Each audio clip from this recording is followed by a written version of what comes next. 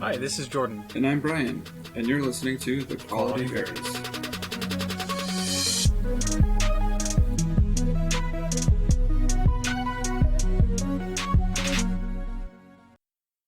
Well, howdy. 10 episodes. Wow. Bryan, do you want to take a guess on how long it's been since we started this whole thing? Since we... what do you mean start? Like recorded our first episode? Or said, hey, let's do a podcast? There was a long time between us saying, hey, let's do a podcast, and us publishing the first episode. Oh, publishing. Now that's a whole new thing. There was a even longer amount of time between us recording and us getting that episode out.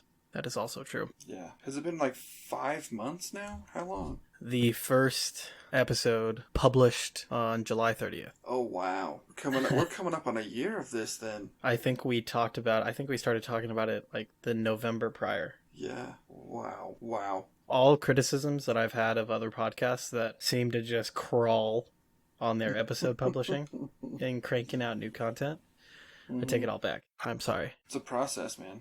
It's an extremely arduous one. What are your feelings on it so far? How do you feel it's gone?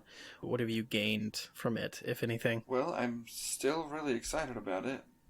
So that's a good sign. I feel like my kind of wish or intention for what I want the podcast to be has changed. And, I think I've definitely gained like a creative outlet through this podcast. And it's surprising to me how important it is to me.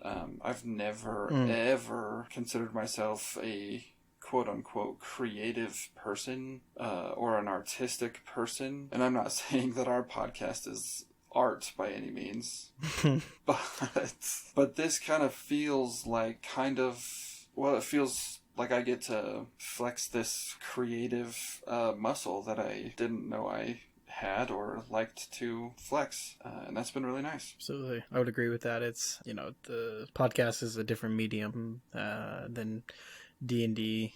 That's a different medium than YouTube, but it's been fun just kind of putting out feelers and trying stuff and just seeing how they go. I think that's a fun process. I mentioned it in the beginning kind of as a joke. I just enjoy having a greater understanding of the other side of the table.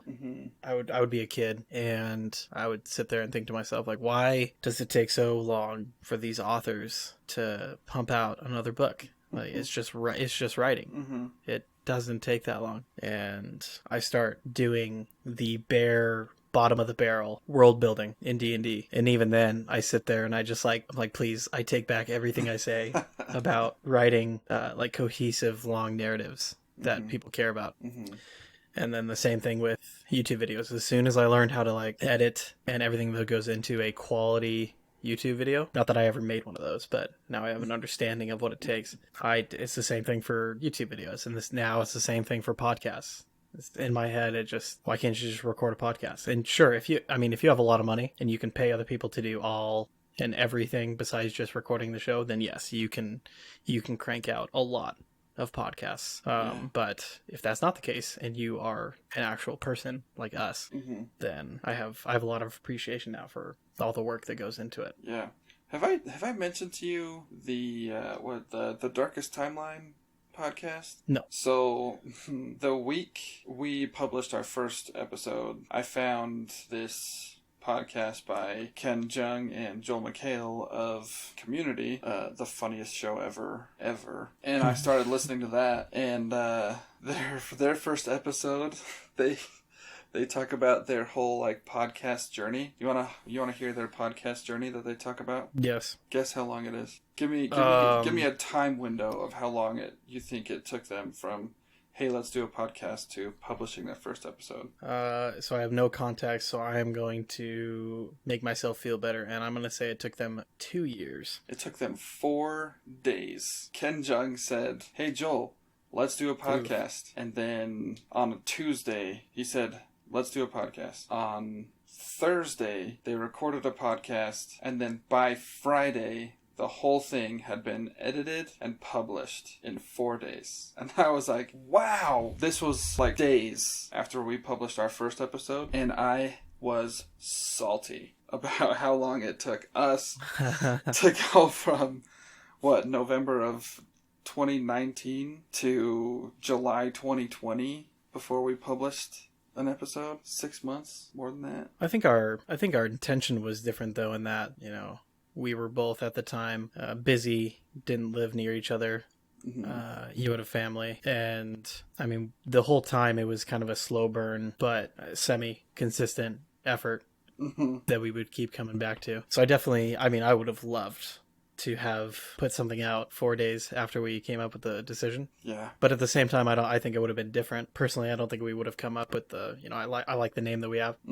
I don't think that would have happened if we cranked that out so soon. Yeah, for sure. And so there are some things that I can appreciate about the time that we took to do it, and just the reality that when we have a full understanding that we're not going to make money from it anytime soon, there's only so much effort that either of us can put into it. Right. Going from no understanding of how to upload a podcast to having it all up there took some time. This is all masking the fact that I'm salty about me hearing this as well. So yeah, okay, I'm glad.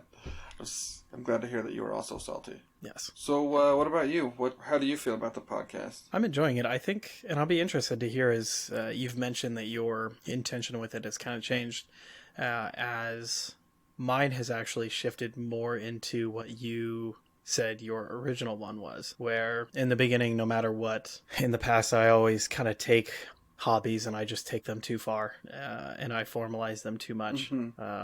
Until they're not hobbies anymore. And for this one, I was very grateful that I kind of took on one of the things that you mentioned in the very beginning that I was actually very grateful for is you were going to be happy that you kind of had an audio journal for your kids.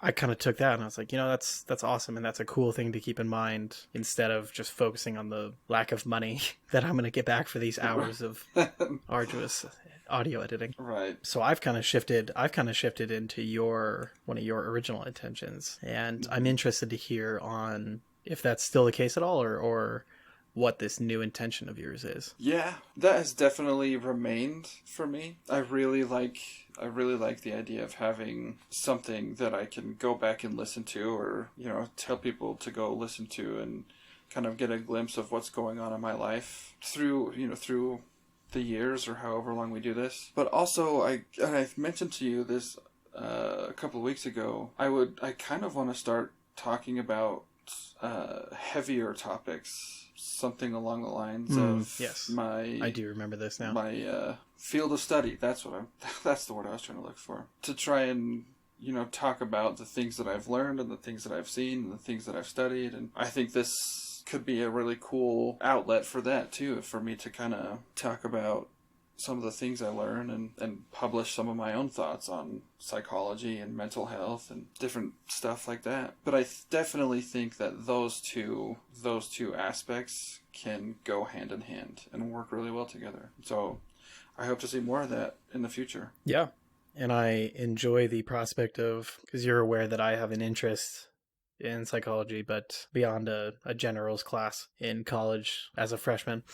I have no actual experience in the field, and so it would be very interesting for me to kind of hear that. And as we kind of both dive into it, and we've both talked about recovery a lot and being able to apply that in different ways in that aspect. So yeah, I'm excited about that. Yeah. I definitely remembered and didn't forget at all about you telling me that. No, absolutely. Yeah, for sure. I even wrote out a couple of kind of thought seeds for us to talk about later on. Is there anything that you didn't expect, or that has come up that you didn't expect, or that surprised you from anything about the last year and a half? The process in itself, or like you were saying, maybe the creative outlet that you discovered, family's reactions to you talking on a podcast. Is there anything that you didn't expect? Much like you, I did not expect it to be this long of a process. I very much shared your sentiment that people should just do this better and just put out content faster. And my expectation for us was to just crank out amazing, hilarious episodes every week and just have this amazing top of the charts podcast in like 2 months. And that clearly hasn't happened, which is probably good for my ego.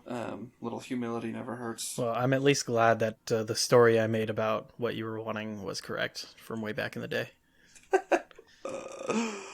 Yeah, for sure. No, this yeah, that idea was like early on. And then after talking with you and kind of getting grounded a little more into the process and hearing about what it was going to take and everything, then I kind of calmed down into the audio journal idea, which has been fantastic. And I've loved doing this. With that intention. You know, I think I like this role that I serve every once in a while in grounding you. You know, on the podcast, I kind of bring you into reality. When you're making magic items in Dungeons and Dragons, I bring you back into reality. I like I like where this goes. Yeah. I like this. Yeah. Did we talk about that on the show, about that first magic item I tried to make? Oh, no, I don't. I don't know if we did. Boy, you remember more about it than I do. What do you remember about that first rendition of the first magic item that you tried to make? Well, all I'm willing to say is that having played Dungeons and Dragons approximately 0 times, I had absolutely no business trying to make this ring do all of the things that I wanted it to. I had no business. Can I just say, as a new dungeon master that doesn't know a whole lot himself, and also trying to impress and have the players have a good time, can you imagine the stress that I got when I receive this flippin' ring from this player? And he's like, "Hey, how does this sound?" I'm like, "Man, that sounds like hot garbage, but let me try to say it in a nicer way." I know. And the thing is, like, I got the feedback from you that, like, this is too much, it's not going to work. So then I went to Steven, who we play with, and I was like, okay, what do you think about this? And, like, I was, like, fishing for affirmation from him, and he was like, yeah, that's a lot, buddy. Like, here. And so he, like, sent back some revisions, and I was like, oh, F this. Like, you guys don't get it. But it was... You don't understand the Dungeons and Dragons. Yeah, you just don't get me. But, yeah, that was... Looking back on that whole thing now, it was just too much. Just too much for me. But I like it, though, because at the end of the day, you're not the only player that has come to me with crazy items. I've gotten the impression that Steven has shared most things that he's tried to pass off to me. He's shared those with you guys as well, or with you. But some of the things that Steven himself has given over to me, I'm like, man, this guy knows D&D. and he's trying to give this to me. And I got other folks that they enjoyed, you know, Final Fantasy isn't their thing, but they have another medium of media that they enjoy, and they want to pull stuff from that. Yeah.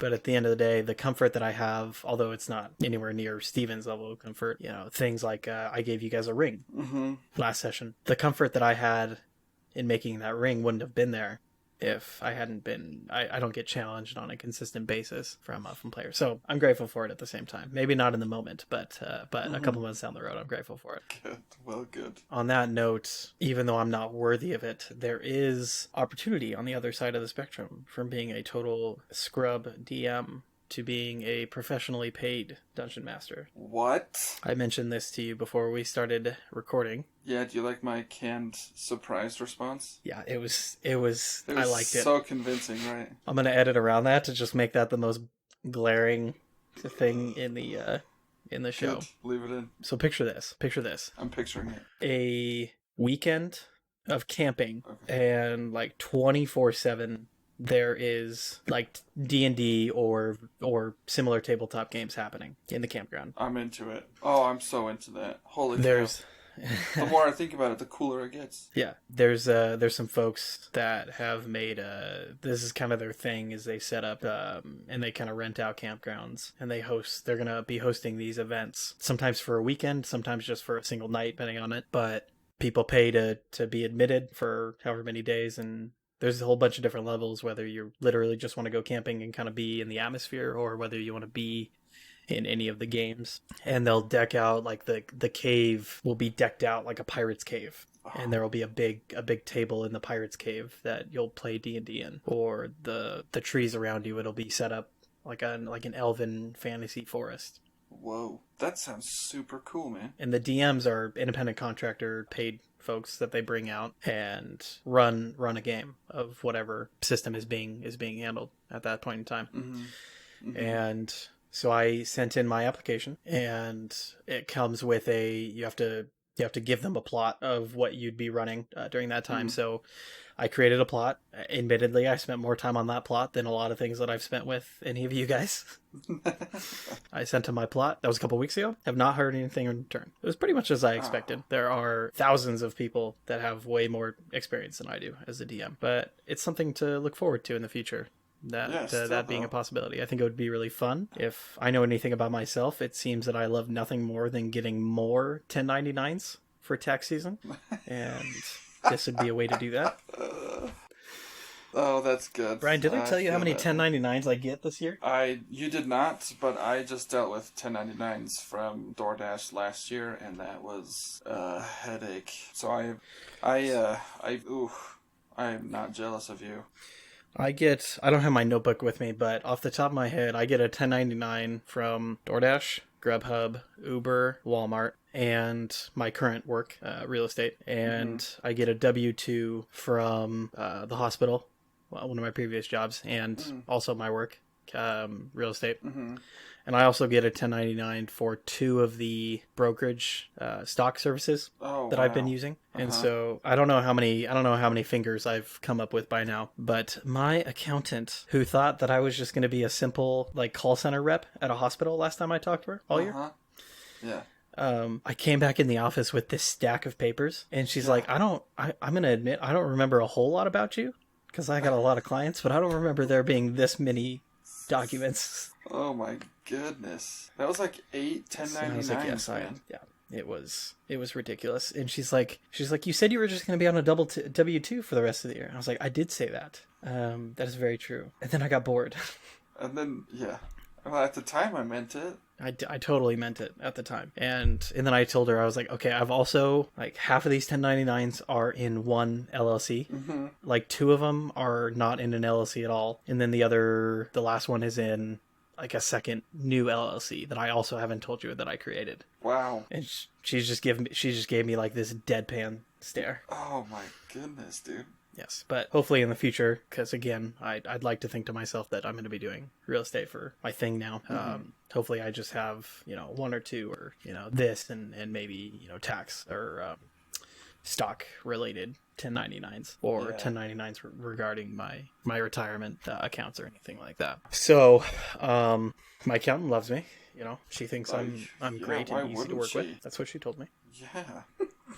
Non-verbally, right? Yeah, non-verbally. It was, I could feel it. Uh-huh. I felt the love. For sure. But yeah, so then I was thinking to myself, like, okay, well, I'm only going to have like 3 1099s for 2021. So why don't I just jump over to Missouri for a weekend and get another one? Why? So that was my thought process. Why? And so that was, so I applied to be this paid dungeon master for these events. And maybe they'll get back to me, maybe not. And maybe I'll apply again in the future when I have some more experience. Is it this DM camping or Dungeons and Dragons camping? Is this in Missouri? Events that they have listed at the time they plan to be doing other ones elsewhere in the country, but they pay your expenses and they bring you out there. Oh dang! And they asked me what I wanted to get paid, and I said in the application, knowing that I really didn't have a lot of experience and I didn't know the caliber of other applicants, so I put very honestly in the application that in reality, if I can just have my expense, if I can just have those expenses paid for,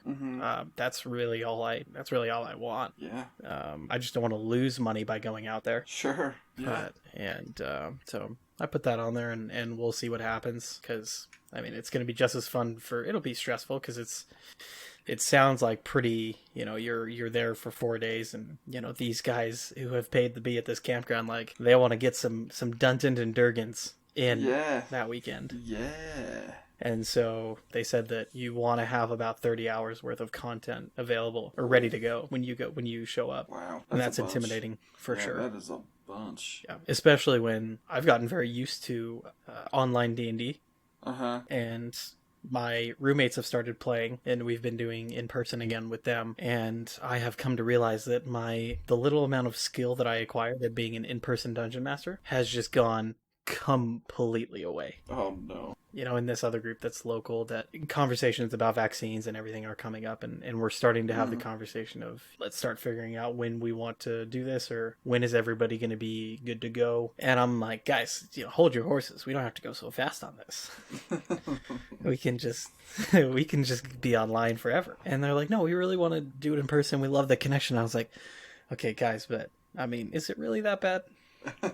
I'm not doing a very good job holding him back. Yeah, I've only ever really played online. I really want to play in person, so I get where they're coming from. Yeah, what's the rush, man? Why you gotta rush into it? Exactly. It is, I just have to get comfortable with it again, and I've gotten very addicted to the the quality of map that I can make with low effort online is nowhere near the quality of battle map that I can make on paper with low effort.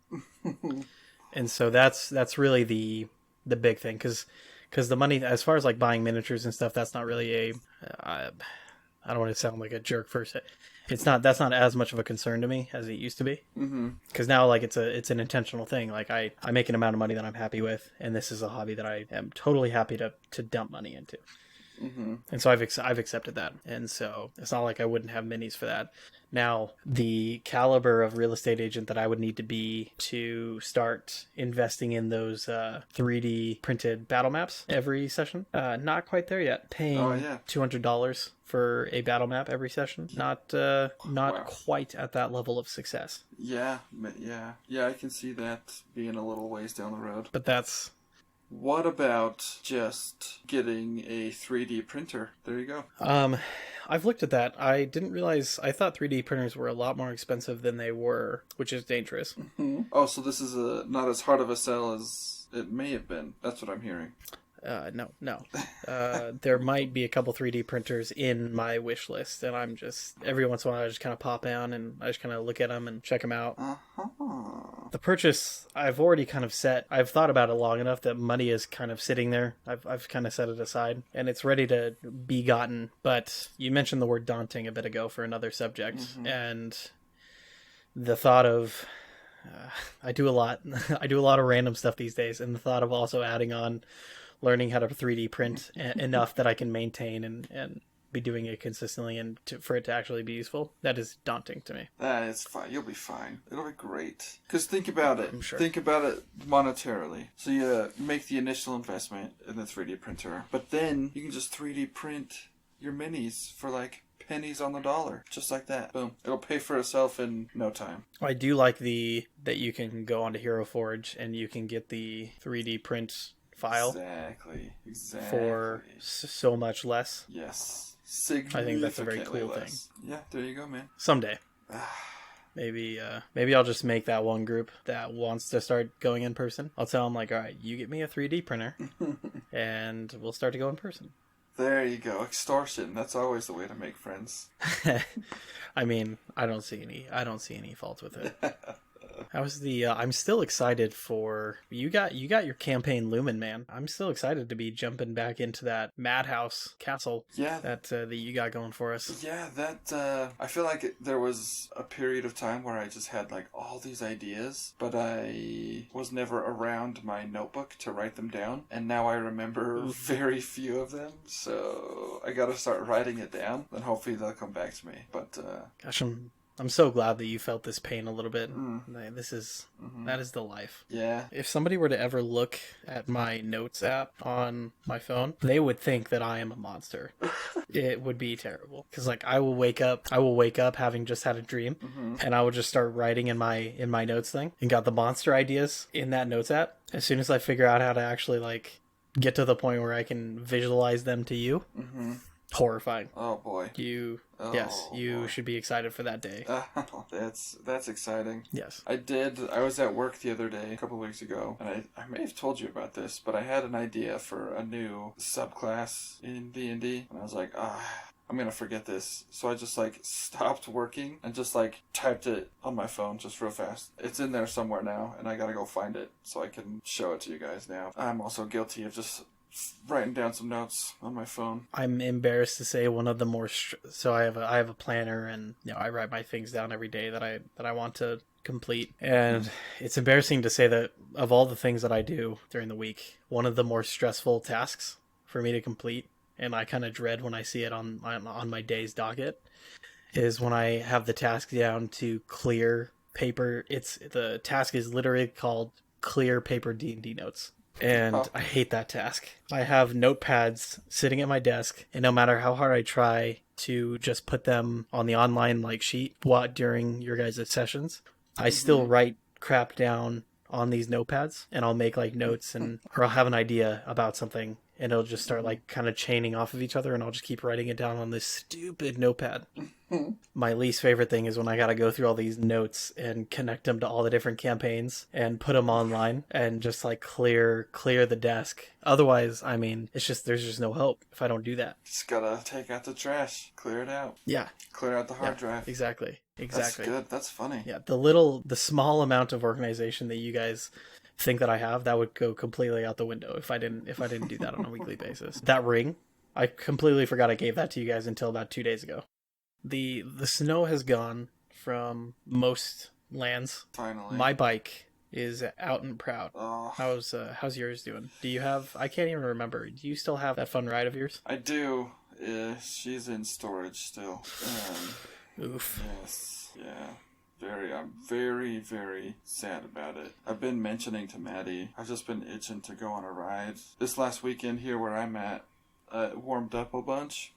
And so everybody was out on their bikes, going on rides. Yep. And I was just I want to go play. I want to go outside and play, but she's all locked up still. Wasn't in the cards. We're planning on, there's a city about an hour and 15 minutes away from us, and me and the roommate and one of the kind of a family friend, because I have two 750s, we're planning on going out to that city. There's a local restaurant, is very popular. It's called Miners, and it's just one of those been there forever burger place.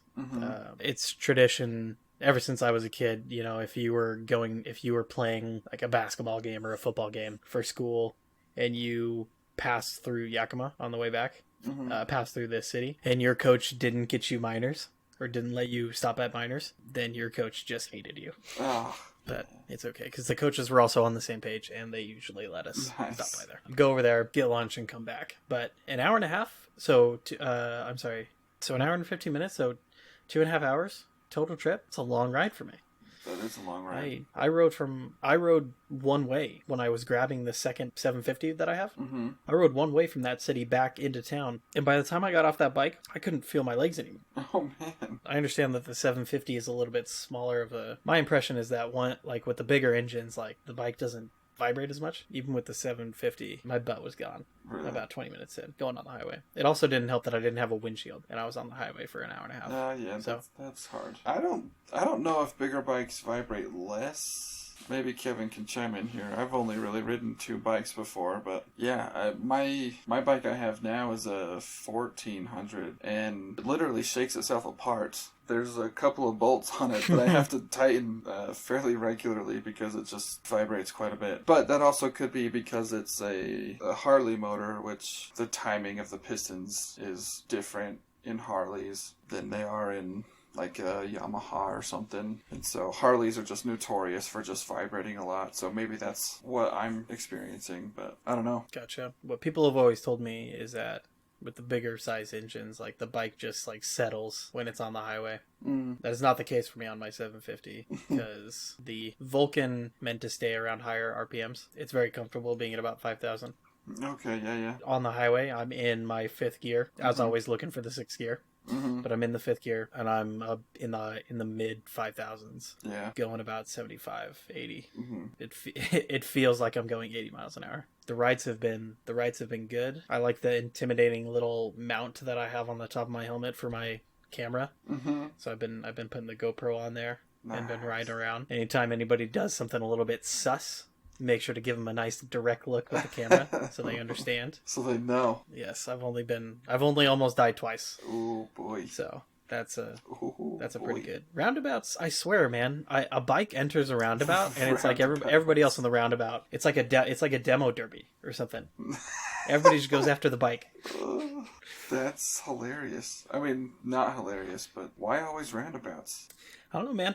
it's just fascinating to me. And, you know, if mine was like black or something, or like a dark red, you know, that's fine. But my bike is I think the color is a Cadillac white. And I have this thing. It's definitely not DOT approved. My mount sticks up about 5 inches above my helmet. Mm-hmm. Okay. So it's not like I'm not noticeable. Yeah. You just need louder pipes, man. If you gotta... Dude, my 06 is loud. My 99 is a very quiet bike, which is nice on some days. But on other days when I just want to feel like an American. Yes. And I just want to be...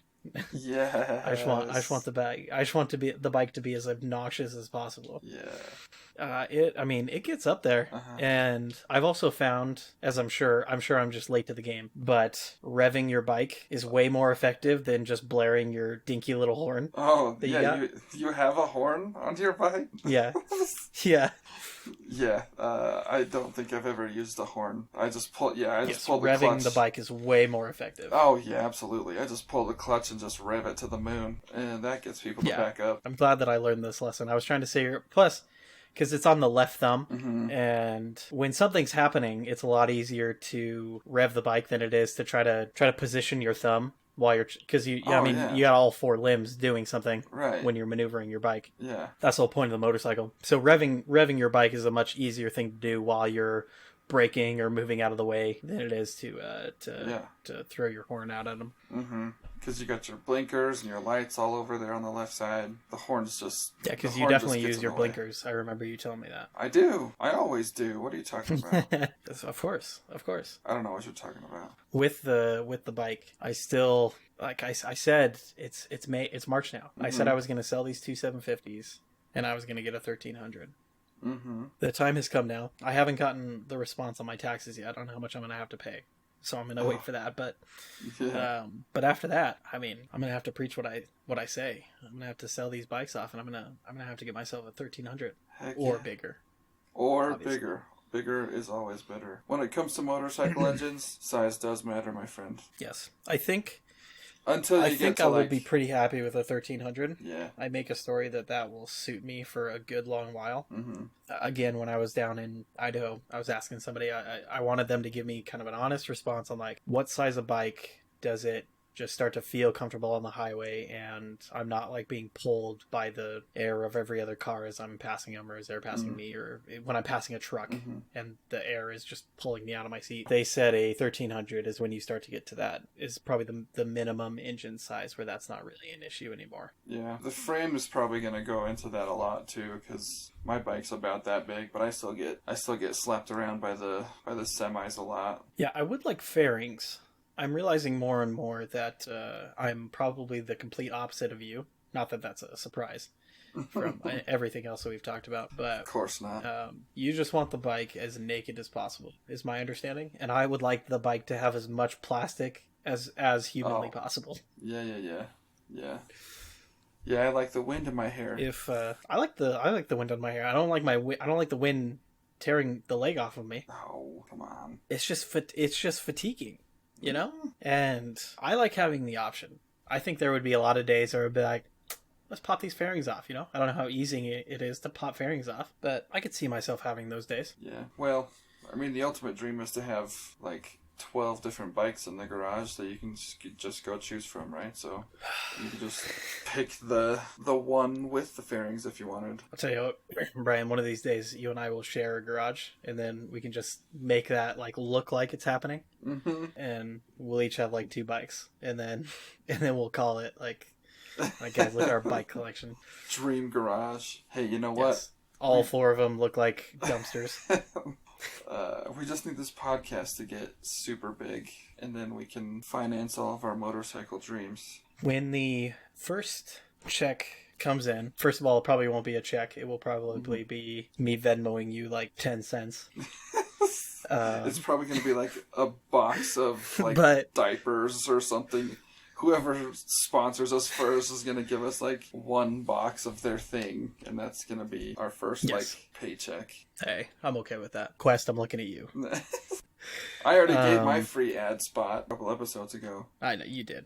Yeah. What's the first money from the show going to go towards? What are you going to spend it on? You get a check for $100. What is that $100 going to be for? It's probably going to go back to you for all the money you've spent on it that I have not.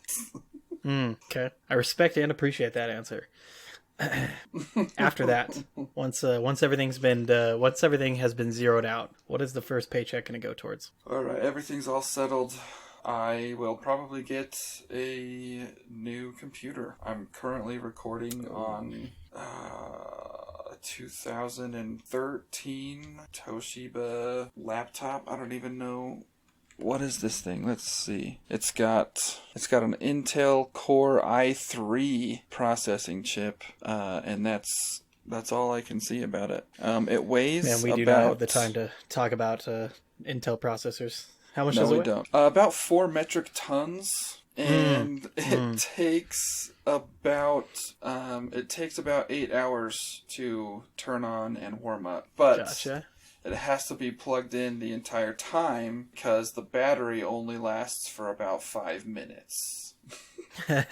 So it's the most desktop-y laptop you could find. Yeah, yes. I like it. It was my first college laptop, and it has just been kicking ever since I bought it. But you could take somebody out with that thing, for sure. Oh, it's a weapon of mass destruction, I'm sure. Oh, yeah. Yeah. I mean, you could hit them with it. You could just put it on their lap and let it just like burn them. Oh yeah, for sure. Absolutely. Probably get so hot with enough velocity. I bet if I like threw it out of a moving car, it could like level a small shed. So that's good. Yeah. I like that. Yeah, you know, those sheds that sit out on the side of the street that have like the rent signs on them. Yeah. You just take one out. You know, if somebody that I don't like is hiding one of them, I'll just collapse the whole thing right on top of them. There you go. Gosh, that's good. Well, investing back into a computer is about the best answer I could have gotten from you. That makes me extremely happy. Yep. That fulfills my end goal of you playing computer games with me. So, and us that is also never having to play together on a PlayStation. Oh, get over it. Hey, how'd that competition go? The one that I lost? Oh. Yeah, how close was it? The competition, it wasn't. So my work was giving away a PS5 to the guy who got the most positive reviews from customers. So I worked my tail off asking every single person to write a review for me, as I'm sure everybody else in the company did. And the minimum requirement to win was 10 reviews. If 10 people left a comment about you were eligible to win. One person got more than 10 comments or 10 reviews in the whole company. Oh. That was it. And we're talking, not the whole company, the whole branch. So we're talking like 50, between 30 and 50. I don't know how many employees we have. Between 30 and 50. Did you see how many you did get? I did not, no. They didn't. Like, the next closest person had like 2. So this was like a 2 or 3 week, this was like a 2 or 3 week, maybe even a month-long contest where every day we're just talking to between like 20 or so customers for 20 customers a day for 25 days. That's like over 400. That's a lot of customers, right? How many is that?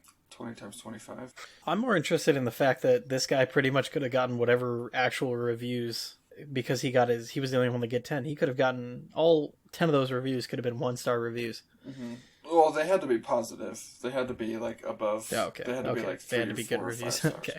Yeah. But like everybody was asking everybody to leave reviews, and only one guy got more than 4 reviews. So I was pretty bummed, but I got over it real fast. So did the company follow through? Did they get him his system? As far as I know, I don't know the guy. I guess they gave him the boss said they would give him a gift card for it or something. Gotcha. Because I know we were talking about the company obviously didn't understand what was going on if they thought that they were just going to go out and purchase a PS5. Yeah. That's more than likely what happened is they gave him the money for it and said good luck. Yeah. Well, not what I would have wanted, but I'd take it. Yeah, for sure. So the next 10 episodes, you think you thinking like less than a year to get them out? Hopefully. It's March right now. Mm-hmm. If we could have 10 episodes by my birthday in September, that would be cool. You'd be pretty happy with that? Yeah. I got spoiled by having somebody else edit the show last time. Oh, by the way, the person that pull their thing up, we'll end kind of on this. So the last thing, I went through kind of a second pass through because I'm a needy person and I don't like hearing myself repeat words 3 times. But Bryn Yonker did a lot of the editing for the last episode. And Bryan, like you were saying, when that other podcast did everything in 4 days, I sent this guy the files, 3 different tracks, and he sends me a completed, edited thing about a day and a half later. Wow. Kind of pissed me off. Man, though, Bryn Yonkers, that's awesome. Thanks, man. Yes. It was very cool of him. Okay, I wanted to know. Did super I'm good not work. mad. I'm a little bit mad. One of you guys, Kevin or yourself, you guys opened a can of soda in the middle of the episode, and I swear Bryn left it in just for me. Like, he did a pretty good job with everything else, and it was getting to the point where, again, like I said, I did a second pass through for my own stuff, but I was chilling out. I think I was watching something or playing a game while I was listening to the episode, and I shuddered away from my computer when I heard this, and I think I visibly screamed. I was like, "What is this?" And somebody was talking while the can was being opened, and I swear, my mood went through just a roller coaster of emotions, and I closed everything out, and I pulled this thing up, and I was looking at this thing, and oh my goodness. So me and Bryn had a good laugh about that, and so I'm glad that you guys are keeping me humble. It was the most aggressive sound. It was. It was. I think it was me. I think I did it on purpose too. I think I even put the can. I'm glad right that you did it on purpose because. Okay, I'm glad because that is better than just somebody going unaware and just opening a can of soda in the middle of the recording. I will much happier hear that you did it on purpose. Even if you didn't, you can just tell me that you did it on purpose. Oh. No, it was on purpose because I was about to plug our future sponsor, Rain Energy Drinks, and do a little bit right then. But I think somebody was already talking, but I was too far into pulling the tab, so it just kind of happened, and we have that beautiful sound to listen to now. I'm still shuddering from thinking about it. Anyways, next 10 episodes, it's going to be deeper. It's going to be fulfilling. Yes. You're going to gain something from it. May not be good. And I think it's going to be great. Yeah, I'm excited. I've been actually working on the podcast outside of just recording episodes, so that was fun and exciting for me. Then I am excited as well.